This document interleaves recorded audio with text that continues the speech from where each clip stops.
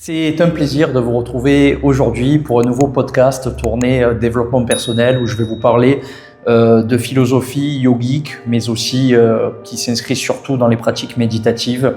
Je vais vous parler aujourd'hui des gunas. Ce sont 3 caractéristiques principales de la vie où, entre guillemets, on est ce que l'on mange. Vous êtes par extension tout ce que vous consommez au quotidien. Et c'est tout ça qui va venir influencer vos réactions, vos attitudes, vos comportements dans la vie de tous les jours. Donc ces 3 gunas principaux, je vais y accorder un petit peu de temps. Je vais vous en parler et vous devez comprendre que on passe chacun d'entre nous par ces 3 états un petit peu tous les jours. Donc il ne faut pas se dire « Ah attention, moi je suis là-dedans, c'est quelque chose de mauvais ». Il n'y a pas de jugement là-dedans, c'est juste de comprendre que dans chacune des actions que l'on fait, on peut y mettre de la conscience et du recul. Et surtout comprendre qu'on peut s'amuser à aller transformer certains comportements qu'on juge pas bons pour nous et qu'on peut apprendre à équilibrer d'autres comportements et se nourrir de certaines choses comme le yoga, la méditation qui vont profondément nous ressourcer et nous reconnecter à ce que j'appelle le moi supérieur en hypnose ou qu'on peut nommer différemment, mais je pense que vous l'avez compris parce que si vous regardez cette vidéo, vous l'avez déjà expérimenté. Donc ces 3 gunas, il y a d'abord tamas. Tamas, c'est tout ce qui est proche de l'obscurité, tout ce qui est inertie, tout ce qui est démotivation. Donc ça peut être un état que dont on va se nourrir pendant longtemps parce que conditionné par le vécu, par les expériences de vie, on peut tous se retrouver un jour emplis de tamas. Vous vous êtes pas remis d'une situation qui vous a profondément marqué, qui vous a mis au tapis. Cette situation-là, parce qu'on ne s'est pas écouté, elle peut perdurer longtemps. Et je pense qu'on l'a tous déjà vécu, même si c'est pas longtemps ou que ce soit plus longtemps, c'est OK. Et ça permet aussi de prendre le temps d'accueillir, même si c'est un peu brut, pour essayer ensuite de comprendre pourquoi on en est là et peut-être avoir envie d'aller nourrir autre chose. Donc tamas, c'est pas une fin en soi, ça nous arrive par certains moments, c'est déclenché par certaines choses dans la vie, notamment par le vécu, par les croyances, par les choses qu'on a héritées par transmission, de systèmes, de la famille, des amis et simplement des expériences de la vie qui sont parfois très brutales.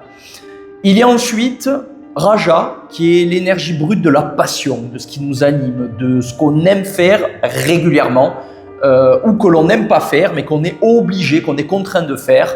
Et cette énergie-là, donc on en a tous besoin parce que c'est quand même une énergie de mouvement, ça nous permet d'être proactif, d'aller se concentrer sur des objectifs, établir des stratégies. Moi-même, je suis enseignant de yoga et je fais tout ce que je fais sur la conscience, mais j'ai besoin d'être un entrepreneur, donc j'ai besoin très souvent d'être dans Raja. Mais cette passion, on peut en faire une force si elle est équilibrée de la bonne manière. Et vous avez ensuite Sattva, qui est tout ce qu'on retrouve dans les états d'immobilité, de silence, d'alignement juste, tout ce qui est cette position méditative, contemplative, le fait d'être tourné vers la lumière, vers le moi supérieur, vers la quintessence comme j'aime la nommer, vers ce côté divin de l'existence que l'on trouve quand on médite, quand on fait certaines choses dans le yoga, quand on arrive à se projeter vraiment dans certaines postures qui ont des représentations à l'intérieur. Pour moi, le yoga, c'est vraiment du développement personnel et je l'affirme haut et fort, surtout chez nous en Occident. Il y a moins ce côté religieux, on n'est pas obligé d'être conditionné par le religieux dans le yoga, bien que ça puisse faire énormément de bien. Et Sattva, on en a besoin tous les jours. Pour moi, la société, elle nous a habitués à ne pas s'écouter et on voit où on en est. On est vraiment dans ce chaos, on est vraiment dans tamas et on a besoin surtout d'utiliser Raja et d'utiliser Sattva pour changer une société qui sera davantage tournée vers Sattva, vers quelque chose de plus lumineux, où il y a plus d'entraide, plus de solidarité, plus de conscience. Et vous pouvez vous amuser même au quotidien à vous rendre compte de ça. Quand vous mangez, vous regardez sur Google les gunas, ça s'appelle les gunas dans l'alimentation et vous allez voir que vous allez avoir une alimentation qui est très souvent tournée vers tamas et vers raja, surtout chez nous en Occident. parce qu'on a beaucoup de... Bon, on mange des viandes, on mange pas mal de trucs transformés, et tout ce qui est tourné vers sattva, ça va être plutôt les personnes qui ont des tendances à être véganes, à manger du végétal. Et c'est pas, surtout en Corse, c'est pas voilà, c'est des choses qui sont ponctuelles, qui sont rarement ancrées drastiquement dans la vie, mais on peut s'en aider. De la même manière, vous pouvez vous amuser à prendre du recul sur la musique que vous écoutez et à essayer de voir quelle guna elle va alimenter, quel type de film ou de série je regarde, quelle personne je fréquente dans mon entourage familial, dans mes amis.